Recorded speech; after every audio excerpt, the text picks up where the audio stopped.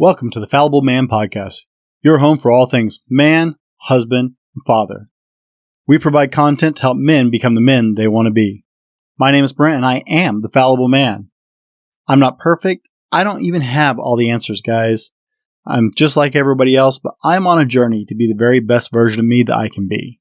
Maybe you are too, and if you are, you're in the right place. On today's show, we're going to talk about the fact that men should be dangerous in every way. Now, I'm not talking about being violent or physically aggressive towards anyone in particular. Today, we're going to discuss how men should be dangerous both mentally, professionally, and physically. Stick around to the end and find out the very most dangerous thing to men. We'll be right back after the roll.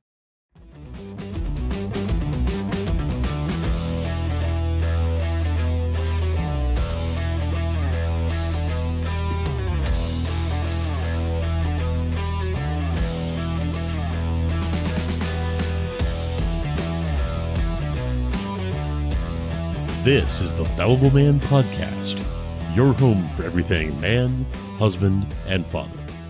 Here is your host, the Fallible Man, Brent Dowling. Welcome back, guys. My name is Brent, and I am the Fallible Man. And men should be dangerous in every single way, guys. Now, danger has very little to do with actual violence. It's often confused with the idea of violence. I would never advocate for men to be violent unless there's no other option to protect those that you are responsible for and responsible to.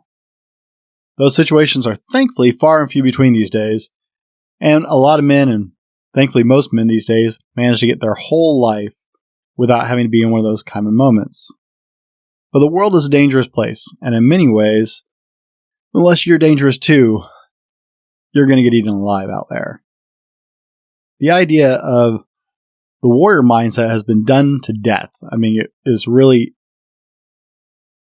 inaccurate anyway, but it's just been done to death. And that's not what I'm talking about necessarily.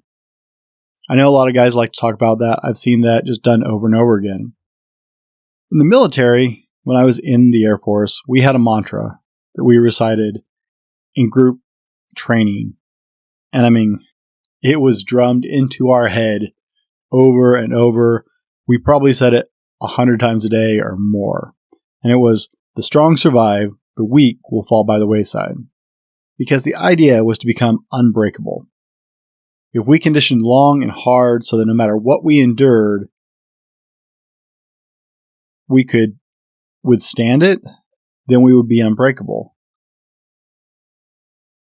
It was still bearable even in the worst of situations, because they just pounded us so hard at the onset. They made us physically and emotionally and mentally exhausted, tired, hungry. And some people would have thought maybe that was a little brutal, but in reality, it made us unbreakable. There was a story about the class ahead of me, and they liked to get in trouble on purpose. Their goal was to get smoked. If you don't know what smoked means in the military, smoked means that you got punished for being stupid, basically. Their idea was they got smoked so often on purpose, they would even go spend their Saturdays on the PT field as a group, just trying to make themselves so resilient, so tough, that no matter what was thrown at them, the instructors couldn't break them. They actually finally challenged the instructors. I was there back at the detachment that day. They went out to PT at like 6 a.m. At 12:30, they sent someone back to the detachment to get MREs because they were still at the PT field. As I understand it, they went through our full cycle of PT, including the 6-mile run, 8 times that day. The instructors were cycling in and out, taking turns smoking them because they just couldn't break them. And guys, that's the kind of resilience you got to build. That's the kind of dangerous you got to be. No matter what they throw at you, you're just unbreakable. I have a training philosophy when I'm training for obstacle course racing, and if this isn't your first podcast with me, then you probably are aware that I'm involved in obstacle course events. I don't do them very well. I don't do them very fast. I suck at running, but I love the obstacles themselves. And so I train with that same philosophy. I train harder and heavier at the gym than anything I'm going to face on the course because I don't like the cardio. I don't like to run. Probably the one thing I really should focus on working on is the one I don't want to do.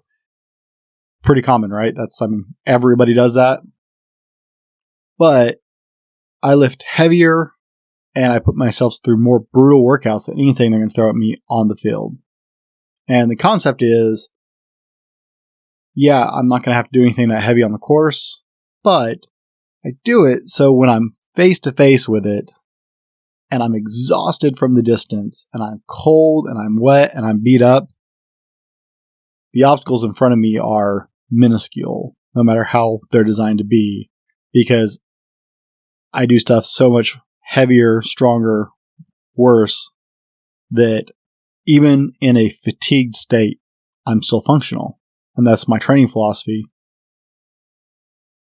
So when I talk about being dangerous, I'm talking about being dangerous in a way that you can stand toe-to-toe with anything that's thrown at you. Hey, if you haven't grabbed your cup of coffee, grab your cup of coffee. You know I got mine. Maybe an energy drink, whatever your poison. Hey, maybe if you're listening to this later in the evening, tip back some bourbon for me or some whiskey. And let's get into this today. So the first thing I want to talk about is men should be dangerous mentally. Now, in episode 7, and I'll try and put a card somewhere on here if you're watching this on the YouTube version.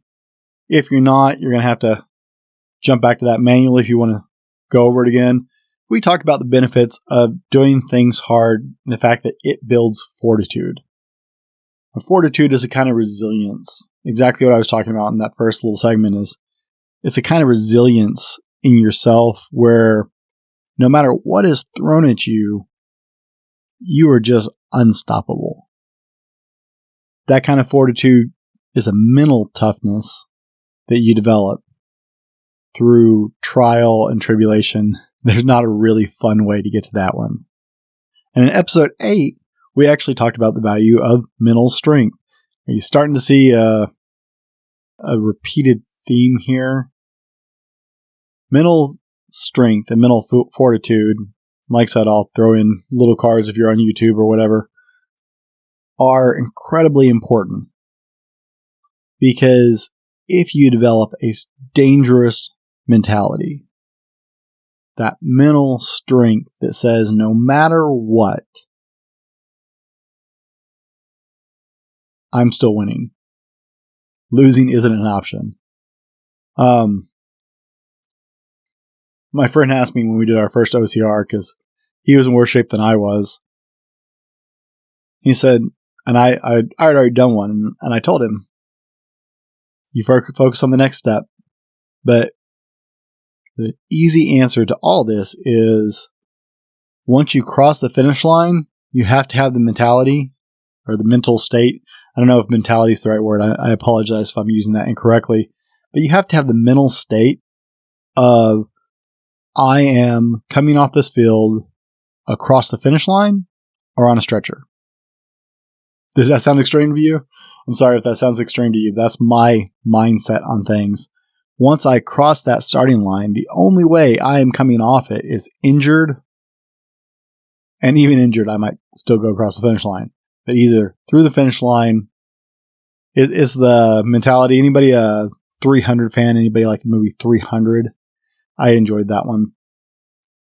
And one of the things that his wife, Leonidas' wife, tells him is come back with your shield or on it, which was their way of saying either carrying it upright, as in you're the victor, or you better be having your corpse dragged back to me on it, because that's the only two options you're coming back. Either dead or as the champion. That's your answer. I don't know if that's accurate. I've seen that'd be Greek. My brain just freaked out. Sorry. I've seen the sayings, right? But I don't know how accurate it is. I'm not a great historian. I try, but But that's the mentality you have to have. That is a dangerous mindset. Have you guys ever heard of drown proofing? No, it's not just a bad nightmare for some people. I know some of you guys are just shivering at the thought of that. Some of you guys don't do well with water. But drown proofing is something that happens in the military in certain special forces. To my knowledge, the Navy SEALs do it once, or I think twice now. Once towards the beginning of their training and once towards the end. Any Navy SEALs, please feel free to correct me on the current standards of y'all's training. I'm not proficient at that, so forgive me if I was wrong on that one, but I believe it's twice. Drown proofing, this fun little thing, they also do it in Air Force Pararescue, and I believe they're starting to do it in TACP, and I don't know what other forces use that technique. But this fun little thing for the purpose of teaching you how to think in crap situations, and it is just as bad as it sounds, guys.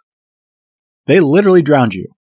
Quite literally. They have paramedics standing by, and all your instructors are trained in CPR and first aid anyway, but they have medic-trained people standing by, and they drowned you. Like, flat out. In fact, I know in pararescue training, they'll tie your hands and feet with your pack on and throw you in the deep end of the pool and just let you bob until you exhaust yourself and drown naturally. Don't get me wrong, they have divers in the water so they can pull you out and revive you, but that is the case. In fact, I've even heard tale of instructors stepping on people's heads because they weren't drowning fast enough. And they have timetables, schedules. So this isn't something that's done like branch wide. You don't see this in every branch of the military. Goodness gracious, wouldn't that be terrifying, right? But this is to teach you to think, no matter what. No matter how severe the situation is. Situation. Let's see if I can enunciate, or is that pronunciate? Hey, correct me in the comments if you don't like my English. My grammar sucks. My wife hates correcting my blogs that I type for this channel because spell check and Grammarly, can't touch it, man. So comment down below. Enunciate, pronunciate, whatever, who cares. The military does this to teach you to think in the most severe and horrible situations. And that includes, if you are on the verge of death, they need your brain to function correctly, especially that high level that the Navy SEALs and pararescue and some of the other Tier 1 operating groups have to function at. Every second of consciousness is precious and vital, and they need your brain functioning 100%. Doesn't matter how tired you are, doesn't matter if you're injured, doesn't matter if you are dying, they need your brain to function 100%. And so they have this wonderful thing called drown proofing. Basically, mentally tough and unbreakable makes you mentally dangerous. When you tame your mind, then you're never really lost in any situation. Now, how does that translate to the real world? How does that translate to the rest of us if you're not a Tier 1 operator? Because I'm not, and I have a feeling a lot of you guys aren't. Shout out to any of my Tier 1 operators who are listening. Love you guys, nothing but respect. But say you don't have the extra extreme of a situation, that extreme of an example. That's fine. You still need to be mentally dangerous. Excuse me. Men need to be mentally dangerous because you need to have your focus when all around you are losing their wits. When the situation is bad, when things seem like you're going to lose, when things seem uncomfortable, that is when you need to be at your best. You need to be mentally tough no matter the situation. Broken, beaten, exhausted, hungry, it doesn't matter. You need to be mentally tough, which makes you mentally dangerous. And that's how you become mentally dangerous, guys. You got to build up that mental fortitude. Do things that are uncomfortable. Do things that are tough. Like I said, go back to episodes 7 and 8 where we talk about building fortitude and building mental strength.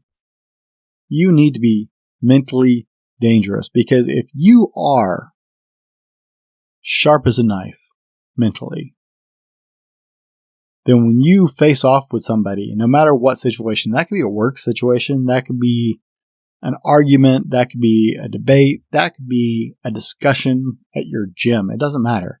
If you are mentally dangerous, people are going to think twice before confronting you in any way. Men need to be mentally dangerous. We're going to roll our sponsor reel real quick. So grab a drink of coffee and we'll be back right after this break. Today's episode brought to you by thefallibleman.com. That's right, it's us. Head over to www.thefallibleman.com and check out our blog, updated twice a week with new content and links to all of our social media offerings. Tag or search us at The Fallible Man or at Fallible Man on Facebook, Instagram, Twitter, and other social medias for daily content. While you're there, check out our attitude swag, shirts, cups, stickers, and more. Again, that's www.thefallibleman.com. Hey guys, thanks for sticking around. And while I'm thinking about it, one of the best ways you can become mentally dangerous is to sharpen your skills and sharpen your minds. Now, if you listen to other podcasts I've done, you might have picked up on the fact that I like to read, and I like Audible. I like audiobooks. Audiobooks are a brand new joy in my life that I'm just really getting familiar with. I never took audiobooks before, and I started getting into audiobooks about 6-7 months ago. Since then, I've gone through 8 audiobooks, along with the 2 books I'm currently reading that are regular, like paperback books or hardback books. But guys, check the description code if you are. I can't put it in the show notes for the podcast, and I apologize for that. But if you're watching this on YouTube, check the description code below. I will put in a affiliate link to Audible to get you either a discount on signing up for Audible, or I think 2 free books with your initial subscription. Guys, get into books, make yourself mentally tough, and check out Audible to help you with that need. Now, men should also be professionally dangerous. No, I'm not going to cut that out. Men, you can just laugh at me. Men should be professionally dangerous as well. We're going to turn this back on topic now. Men should be professionally dangerous. In reality, if you aren't a shark, then you're food. One of the first t-shirts I made, and if you watch the video show, I'll put the picture up over here. If you're listening to it, check out my website for my t-shirt designs. If this is your first time, oh, by the way, I make t-shirts, which you just heard in our nice little sponsor clip, which is me. But one of the first shirts I made was be a shark. Get up early, do your work, put in the effort, no whining, no complaints, and just kick butt, right? This is a family-friendly show, so I won't actually put the official saying. You guys have probably seen the meme before. If you haven't, it's hilarious and not necessarily family-friendly depending on your family rules. But guys, it's true. In life, you're either a shark or you're food, okay? There's no and, if, or buts. Men should be professionally dangerous. So get in your office. In your office or in your construction site or on your team, whatever you are, wherever you are. I was a construction worker for years. Now I work in an office situation, but it doesn't matter. In your crew, in your team, if you work with other people, if you work on your own and you have a boss above you, you need to be the man. Can I do air quotes? I'm going to do air quotes. Be the man, the go-getter, the solutions guy. I have a huge pet peeve, guys, with people who come to me and complain. about something without any kind of solution. Now, I'm not officially any kind of manager. I think I'm a backup lead or something at this site, but I have been a manager. I have been the boss. I've been the lead. I've been the training officer and the trainer and yada, yada, yada. Unfortunately, I've had a lot of time being in a leadership position. All right. One of my biggest pet peeves in a leadership position is when somebody comes to me with something broken and then they just give you that blank stare like, huh? I got a problem. Don't know what to do. Understand. All right. Sorry, I'm being dumb, but that's what it feels like on my side of this. If there's a problem, don't come with a problem. Come and state that there is a difficulty, and here is the solution for that difficulty. Come and state that we run into a block point, but here is the solution to get around from that block point. Look, even if your boss doesn't like your solution, your boss, your coworkers will note and appreciate the fact that you came with a solution. Be the man. Be the go-getter. Be that guy who always has an answer. Don't be the, it's broken, kind of guy. Okay? Be the guy with the answer. Be the guy that people come to for solutions. Don't complain. Don't whine. Acknowledge there is a difficulty. If there's a difficulty or a problem, then come to some kind of decision about how to make a solution or how to get to a solution. Be that guy. Be the guy in the office who comes in early, and when everybody else is screwing around and taking longer breaks than they should, or not doing any more than they absolutely have to, be the guy who goes and gets it, man. Be the guy who knocks out your work and then gets on some extras and then gets ahead. Be that guy. When there's a problem, be the first one to the door going, hey, I'd like to take that on. Hey, I have a solution. Be professionally dangerous. And if people don't like you, screw them. Okay? If that upsets the status quo, it's only because they're jealous they didn't come up with it or they didn't do it themselves. But screw them. This is about you taking care of you and yours. This is about you taking care of your family. Don't get me wrong. I'm big into teams, okay? I believe in supporting your team and being part of the team, but I also don't believe in compromising yourself to make everybody happy. Be the best you can be. And if everybody else doesn't want to come up to that standard, screw them. It's on them. Okay? Your job is to be the best you. The best, the smartest, the strongest, whatever it needs to be. Be the guy who goes and gets it.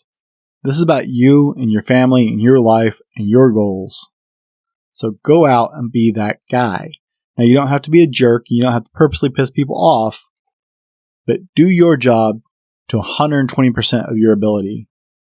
Be that guy. Be mentally dangerous. Be the guy that everybody else tries to imitate. Because they're afraid if they don't come up to that level, they won't be needed anymore. Be the guy who's first through the gate and ready to go.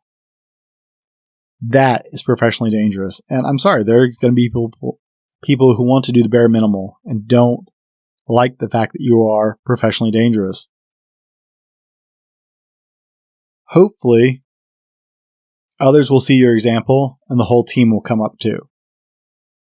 Not always the case, unfortunately, but it doesn't hurt to dream, right? But that doesn't stop you from being the very best you can be. Be professionally dangerous. Be that go-getter. Be the idea guy. Be the one who's always pushing it, making it better. Take every situation and try and improve it. If you don't like your job, you can still do this. You don't have to like your job to do it the best you can and to be the best at it. Be the best guy in the room. That's your goal. Be the one who speaks up and doesn't cower. Okay? Don't be the mouse in the corner at work. Don't be the guy who hopes the boss doesn't notice him. You want your boss to know your name. You want your name to be on the lips of your boss every time he goes, man, how do we take care of this? I bet so-and-so, Johnny over here, he's going to have an idea. Let's get Johnny in this. Oh, we got the special project. We need Johnny on this. Okay? Be that guy. In the meeting, be the one who's got his hand up. Like, I got an idea. Oh, hey, we can do this. Oh, I'll take care of that. Hey, be Johnny on the spot. Be professionally dangerous and screw anybody who gets in the way. Just forget it. I'm not saying set them up. I'm saying be you, and if they don't want to come up to terms, they can find somewhere else to go. Be professionally dangerous. Hey, and if you guys are getting something out of this, be sure and leave us a review on your podcast host, whether you're listening on Apple or TuneIn or Spotify or Google or Amazon or...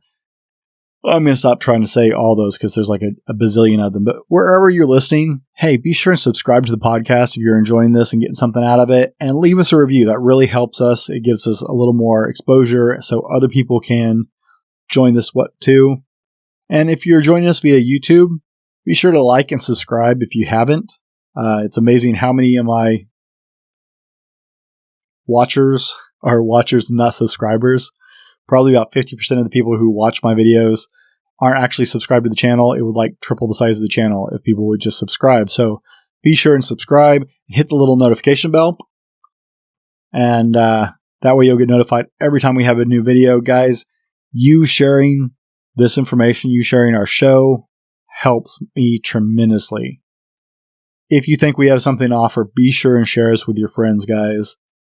We are available on every platform, and you are what makes this possible. So thank you. And we'll go back to the show. Men should be physically dangerous as well. Now, let's be honest with ourselves. Most men still think they're everything they once were back in fill in the blank. Let's do some air quotes there. Fill in the blank. A little coffee. I'm excited today. Okay, all of us like to think that we are still young and scrappy and, some of the most embarrassing guys in the gym are like, oh yeah, back in high school, I used to bench, what was that, 50 years ago, 40 years ago.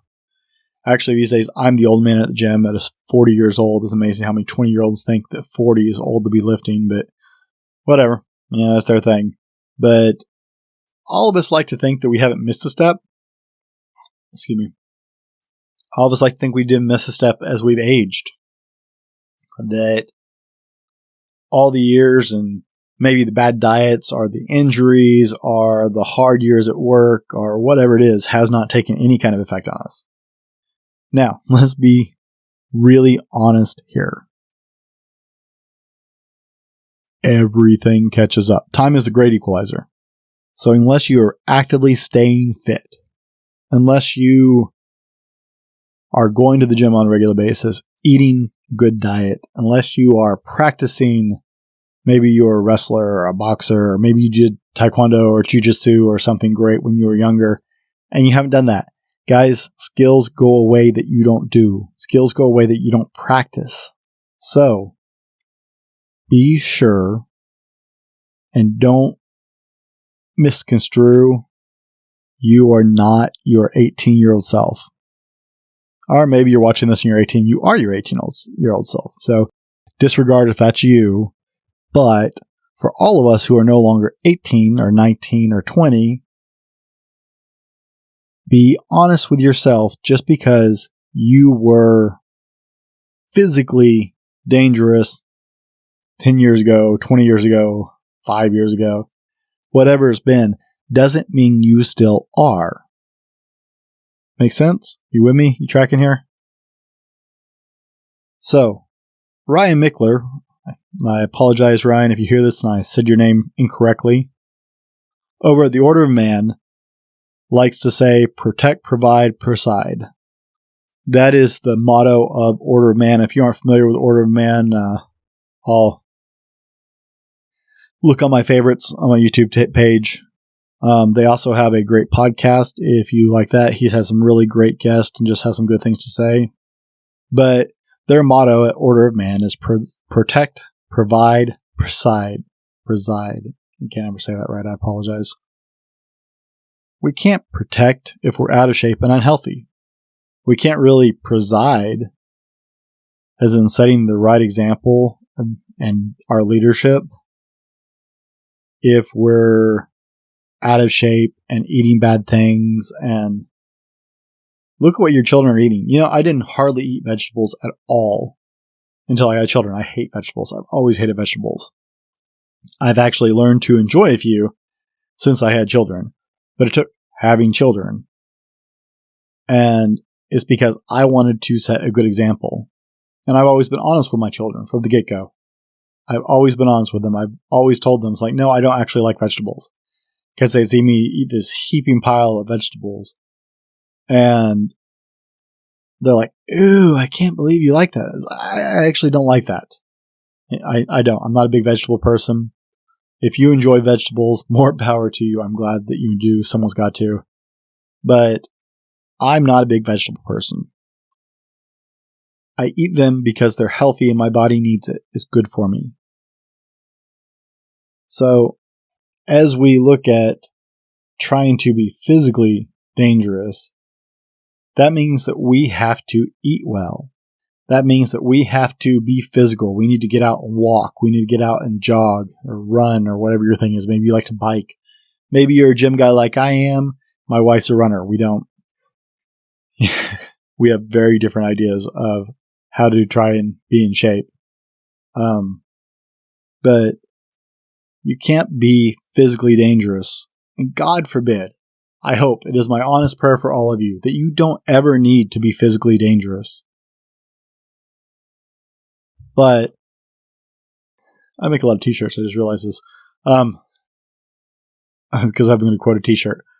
I have a t-shirt that I sell that has the saying, it's better to be a warrior in a garden than a gardener in a warrior. I said that wrong. Better to be a warrior in a garden than a gardener in a war. Okay? That is so true, and I think Bruce Lee actually said that, and it's probably from something older, because every time someone gets credited with something, someone much older than them actually probably said it. Very, very few new original ideas, but the thought behind it is still solid and valid. It is better to be in the shape of a protector. It is better to be healthy and physically able and never need it than to be unprepared. And guys, life has gotten crazy. And all you got to do is watch the news. The news is depressing. Am I alone in that? Is everybody else tired of all the horrible news stories? Comment down below if you're with me. I am so tired of all the horribleness going on in our country. And I know it's worse. There's more in the whole world. But just I'm tired of turning on the news and seeing horrible people doing horrible things to each other. It's just wrong. We should be better than that. But most people will never need to protect themselves. But guess what? There are people finding out right now that they were not physically dangerous and are not capable of protecting their loved ones. And you never, ever, ever, as a man, want to be faced with that. You don't ever want to live with the fact that you were not capable of physically being dangerous in the name of protecting those you love and are responsible to and for. So guys, get on it. Get healthy, get active, get physical, learn to master your body. Now, we talked about being mentally dangerous, professionally dangerous, and physically dangerous, okay? So, master your mind, master your skills, master your body. Now, you stay with me this long, and I did say that I would show you the biggest danger to men, and it's this. The biggest, my English is horrible on this recording, I'm so sorry. The biggest danger to men that you can fall into is complacency. And that affects us on multiple levels. In fact, that affects us on all three levels we just talked about, both complacency of being mentally dangerous, complacency of being professionally dangerous, and complacency of being physically dangerous.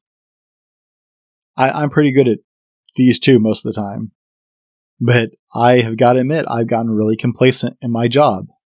I've been there for several years, and it's not very challenging for me mentally, which gives me time to work on things like this, which is great.